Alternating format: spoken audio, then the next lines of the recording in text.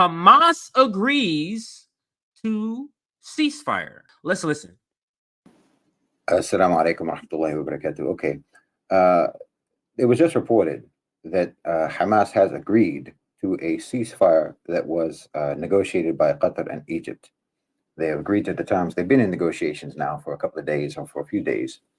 And they have now reportedly accepted this ceasefire offer negotiated by Qatar and Egypt. I want you to notice what's going on here, what has been going on. Last week, the Israelis made a fake ceasefire offer that was ridiculous and laughable, and said they tried to make it an ultimatum and say, if they don't accept this by Wednesday, we're going to attack Rafah. And Anthony Blinken was going around saying, this is basically the last offer. If you don't take this, we wash our hands of it, and Israel can do whatever they need to do, basically. And the only thing that they could do was to try to fake it, to try to bluff and to pressure Hamas into believing that this is the final offer, take it or leave it. But everyone knows you're not in a position to negotiate.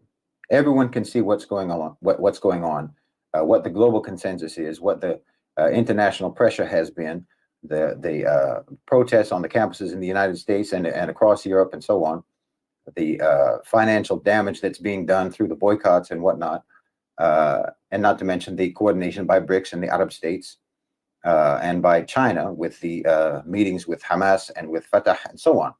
So everyone knows that it doesn't matter what negotiations you people do, what offers you people come up with. No one has to take that seriously, because the serious negotiations are being done in your absence. And we will come to a decision about what is acceptable. And Hamas is dealing with us. Hamas is dealing with BRICS. Hamas is dealing with Egypt and Qatar. And China is involved in that. And Saudi Arabia is involved in that. And this is where the deal is going to be made, not between America, Israel, and Hamas. No, Israel has no cards left to play. That's why they've been talking about Rafah all this time. For more than a month, they've been saying they're going to attack Rafah. And now, when Hamas basically ignored their Wednesday ultimatum, they said you have to make the decision by Wednesday. Wednesday came and went. Last Wednesday, Thursday came and went. Friday came and went. Saturday came and went. Sunday came and went. And now we're into Monday. And they've come up with a deal that they have accepted. No one paid attention to your offer. No one paid attention to your ultimatum, because you don't even have that kind of muscle to try to pressure anyone. No one takes that seriously. So they've come up with an offer now. They've come up with a ceasefire agreement, and Israel is going to have to take it or leave it. But now, because of what they've been doing in terms of Rafah, with the evacuation plans and the limited strikes that they've been conducting today against Rafah, they're in a position where they can say, we forced them. We won. They accepted the ceasefire. They can just say the ceasefire and pretend that they won, that they forced Hamas into accepting their ceasefire offer. But obviously that's not what happened. Everyone ignored what you came up with, and they came up with their own, and they're agreeing to it, and they're offering it to you now. And if you have any sense, you will accept that ceasefire offer, and you can try to play it off like it was a win, that it's been as a result of your pressure, of Israeli pressure and so on. But everyone knows that's not it at all. I mean, when the United States refused to veto the ceasefire in Ramadan, and then when they also refused to back Israel in saying that they can't, if you conduct a retaliatory strike against Iran for their retaliatory strike against you, we're not going to back you up. We don't support that. Israel went to Germany and sought support from Germany, because they saw that they're not going to get the support that they want from the United States. So they went to Germany. And now even Germany is saying, along with everyone else in the world, don't attack Rafah. The White House is saying, don't attack Rafah. Germany is saying it. Europe is saying it. Everyone in the world is warning them not to attack Rafah. So that's a card that you can't play. If they attack Rafah, that's Netanyahu shooting himself in the head. And more than that, it's Zionism shooting itself in the head completely. And I think what he's speaking to right here is like Joe Biden and the empire. Joe Biden, who's the mascot of the empire. They know that the massacre that's going to come out of any sort of attack in Rafah, it's going to be compounding starvation, compounding already. So we know, or Nick and I have talked about how the official numbers are in between 30 and 40,000. But we know that once this is all said and done, we've already surpassed 100,000 people dead. We've already know we already know that. So, and look at the damage that has done internationally, worldwide, to the idea of Zionism. And Zionism for the United States empire just represents, they don't care by what means they have a military outpost in the Middle East. They don't care by what means. Right now, they're just using Zionism as the vehicle to ensure that. It could be something else. But what the empire via Joe Biden understands is that, or Biden administration understands is that, because it's really Anthony Blinken, is that this is going to be catastrophic. It'll be terrible for the concept of Zionism, which puts in jeopardy their military base.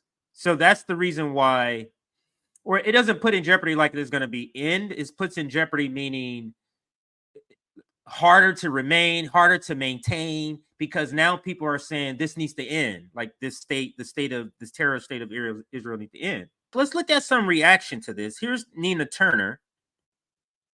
This is Nina Turner saying Israeli media, and this is the part I didn't want to give away, but Israeli media is reporting Israel will not agree to a ceasefire.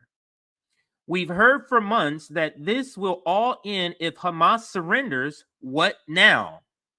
Well, this is not technically a surrender ceasefire. Where does the U.S. go from here? There must be no more weapons sent to Israel. Simply inexcusable. Now, I just thought of this. If something is inexcusable, how do you turn around and support what we're acknowledging is inexcusable? Just a question to pose. Now, so we're going to read this article too, or a little bit. This is just a little bit of each that we're going to read. And this one is from, how do you say it? Haaretz? I think that's how you say it. Hamas accepts Gaza ceasefire deal. Israeli officials reject prospect of war ending. So it's basically the same thing as they reject the ceasefire, right? So actually, let's bring up that one first. Report: Hamas accepts Gaza ceasefire deal. Israeli officials reject prospects of war ending. Now, they could be playing with the words here instead of just saying Israel rejects ceasefire. Instead of, how clearly the first sentence is Hamas accepts Gaza ceasefire, it could just say Israel rejects, Israel accepts. Why using the different wording, war ending, instead of ceasefire? Because you're trying to make a distinction in the headline? Is that what you're trying to do? But let's read. According to the report, Hamas has guaranteed by the U.S. for a full Israeli withdrawal from the Gaza Strip, and that Israel forces will not continue fighting once the hostages are released. An Israeli official told Haaretz, I think that's how you say it, that, quote, Israel will not under no circumstance agree to end the war as part of a deal and is determined to enter Rafah. I have another article. There's a reason why I wanted to just read this one, because this is ad blocked or account blocked, and I'm not gonna subscribe and give them any of my information.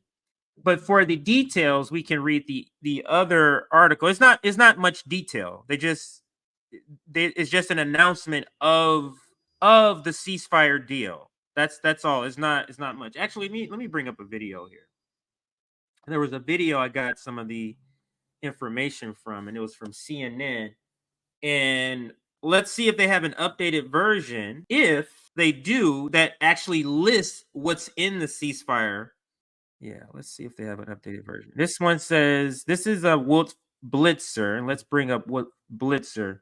with the remaining part of the story, then we'll close out and move on. So let's listen. This is Wolf Blitzer. And understand Wolf Blitzer is a Zionist. I think he used to be part of AIPAC. I think he was actually in some capacity working for them or a consultant or something like that. So, of course, he's not biased, right? But let's listen how they're reporting on corporate news about this and if they have any updates as far as Israel. Breaking news in the Middle East. Hamas has announced it has agreed to a ceasefire agreement proposed by Egypt and Qatar. We're waiting to see if Israel will accept the deal as well. Beth Sanner is a former deputy director of national intelligence for us. She's joining us on the phone. So what's your reaction? Beth, let me just read to you a little bit from the statement that Hamas released. The statement said that Ismail Haniyeh, the head of the political bureau of Hamas, quote, made a phone call to the Qatari Prime Minister, Sheikh Mohammed bin Abdul Rahman Al Thani, and to the Egyptian Minister of Intelligence, Mr. Abbas Kamal, and informed them of Hamas's agreement to their proposal regarding a ceasefire agreement. What's your reaction, Beth? This person's on the phone. Well, I think that first we have to hold our breath here, but I do think that the Israelis are likely to sign on, since this is the same terms as far as we know to what they had signed on earlier. So I'm actually pretty hopeful. I think that the military... Now, this is a discrepancy because we just read the headline and a little bit in the subheadline from Haaretz, where it clearly says the Israeli officials saying that's not going to happen. And we can see it in the bombings that they're doing in the let me not say bombings, but their campaign, their military campaign. It's different things they're doing. But let's listen some more. Now, she's saying the terms were the same. We still don't know if they're going to list it. I watched maybe 4 minutes of this. Let's see. Military pressure and this idea that the Rafah operation was about to go forward may have made the difference. The framework proposal that we know about, Beth, had the release of 20 to 33 Israeli hostages over several... You hear how they talk about it? Like they're not sure if it's the same. The way she answered the question was, well, I would assume they would say yes, because I would assume that this is the same terms. It seems like it's the same terms. She said something to that effect. And then the way he frames it too, they're very unsure of what the details of this is. They're very unsure if it's the same details as the last one. Several weeks in exchange for a temporary ceasefire and the release of Palestinian prisoners being held by Israel.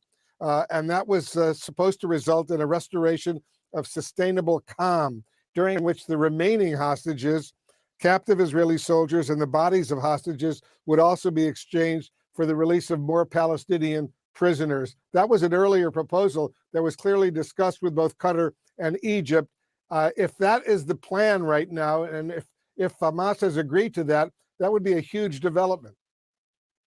An absolutely huge development. And I think that, part of the issue here is that Yahya Sinwar, who is, as far as we know, still holed up in southern Gaza, and the political leadership, Haniyeh, who is the one who said publicly that they were a go, they have trouble communicating. It's hard for them to do that, but also they're not completely on the same page, and they don't have the same interests in some ways, given that Sinwar, is potentially staring down the barrel of a gun. And now, of course, we got to acknowledge that this was speculation, and this is right after the news dropped. And this is let me lay this idea on you. Tell me what you think. What do you think? Because you see what's happening with the military campaign from the IDF, like what they're doing. They're doing some evacuations. So do you think Hamas decided to come out publicly and say, hey, we want a ceasefire as a way of framing what the IDF is going to do? It's like they're not forced. It's like, no. Hamas is saying a ceasefire. But maybe Hamas knows that the IDF is going to continue. So this is just a a way of like knowing that they're gonna reject this, obviously. Like you think Hamas has that sort of forward thinking to be like, okay, this is not anything they're gonna agree with, but let's come out and say we agree with this, and let's come out right when they are publicly preparing to go into Rafah, which is gonna make them seem like bloodthirsty. Because they're saying, hey, we're waving a white flag saying ceasefire, or white flag is surrender, but saying ceasefire. But you guys are continuing with this military campaign. And this can't be good for the Joe Biden administration if Israel declines it. As Haaretz is reporting, let me actually put that. Actually, let's finish a little bit more of this because actually some good information in here. Besides them being wrong about their speculation on what Israel would do. And also the party who wants to walk away from this and survive. So, it could be a very big deal. And I think that this delay may have been part of the discussion and trying to hear back from Sinwar inside of Gaza. Beth, stand by. I want to go to Jeremy Diamond. He's joining us live from Jerusalem right now. Jeremy, has there been any reaction from the Israeli government to what the Hamas has just announced? Wolf, there has not yet, and so we are applying a lot of caveats to this news that is just. So again, they are applying now a lot of caveats to this. Now she was just a guest, so she was just giving her opinion, not necessarily reporting that Israel's going to do that. That was just her opinion. He's the quote unquote reporter, and he's saying there hasn't been word. Now all of this is before the article that just came out. Let me. I don't know why. Oh, I guess I gotta sign in for him to even see the date. God dang, what kind of shit? But anyway, let's or time. I was looking for the time. Let's listen to his reporting. Just breaking at this hour, and that is, Wolf, that we have now heard from Hamas in a statement that they posted to their Telegram channel saying that they have agreed to the proposal regarding a ceasefire agreement. Ismail Haniyeh, Hamas's political leader, speaking to the Qatari prime minister, as well as the Egyptian intelligence chief, to relay that message. But as you said, Wolf, we have yet to hear from the Israeli government officially. We have yet to hear from the Americans, from the Egyptians, from the Qataris. And so we do have to caveat this news, which does carry with it quite a bit of promise and hope here. Hope, of course, for the hundreds of thousands of people in Gaza who have endured unspeakable horrors over 7 months of war, as well as for the families of those hostages who remain captive in Gaza, who have hoped and prayed for the day that they will get to hold their loved ones in their arms once again. But what we do know, Wolf, is that there has been an Egyptian framework on the table over the course of the last week, which officials on all sides had a lot of hope that it could potentially bring these two sides together, in particular because Israel did make several key concessions, including allowing the unrestricted return of Palestinians to northern Gaza as part of this latest framework, something that they had resisted for some time and had been a major sticking point. This framework agreement that was on the table last week would see the release of some 20 to 33 Israeli hostages over several weeks of a ceasefire, and then ultimately leading to a longer-term ceasefire, perhaps a one-year ceasefire between Israel and Hamas. Israel had not agreed to every point in this framework, but it did have significant input in this framework as it was then presented to Hamas. We've watched, Wolf, over the last few days as that optimism around those negotiations had quickly soured. It appeared that Hamas was sticking to its demand that an end to the war altogether, that Israel commit to that as part of this agreement, something that Israel has refused to do. But now, hours after the Israeli military began dropping evacuation leaflets, Hamas now putting in a statement hours later that they have agreed to this initial proposal. We don't know whether that... Okay, so I got some clarity here. So the first article I read, headline article, that's actually... So there's a couple of proposals here. When she mentioned something about a second proposal, somebody said something in the segment. I was like, wait a minute, let me make sure. So that article is for a different proposal. so bear with me. And that was May 4th. So that was 2 days ago. So that's another way to kind of was able to locate the date. So now I have a article that was just published a few hours ago that I'm going to bring up, and we can talk a little bit more about the latest update.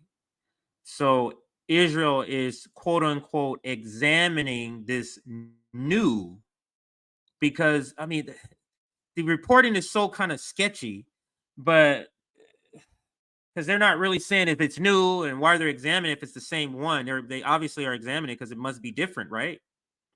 So the reporting is not exact right now, but we'll read what NPR has right now. There's a bunch of other ones. I just picked NPR. I saw CNN. I saw NBC News, but I just picked NPR, and it says a Gaza ceasefire deal hangs in the balance as Israel begins striking Eastern Rafah. Tel Aviv, Israel.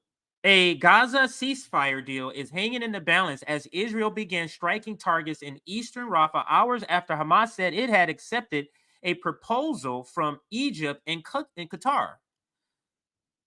Israel's government said the proposal is far from Israel's necessary requirements and said it's pushing ahead with a military operation in southern Gaza city of Rafah, where earlier Monday it had ordered the evacuation of tens of thousands of displaced Palestinians.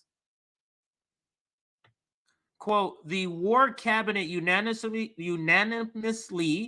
decided that Israel continues the operation in Rafah to exert military pressure on Hamas in order to promote the release of our hostages and other goals of our war, said a statement from the Israeli Prime Minister Benjamin Netanyahu. So that's sort of the latest. It's still a developing story, so there could be some updates. There will be some updates. There will be some clarifications on what the deal details are. It just seems like the corporate media, we saw it with Blitzer, and we're reading some of these articles. They don't have exact details yet. I guess they're waiting to hear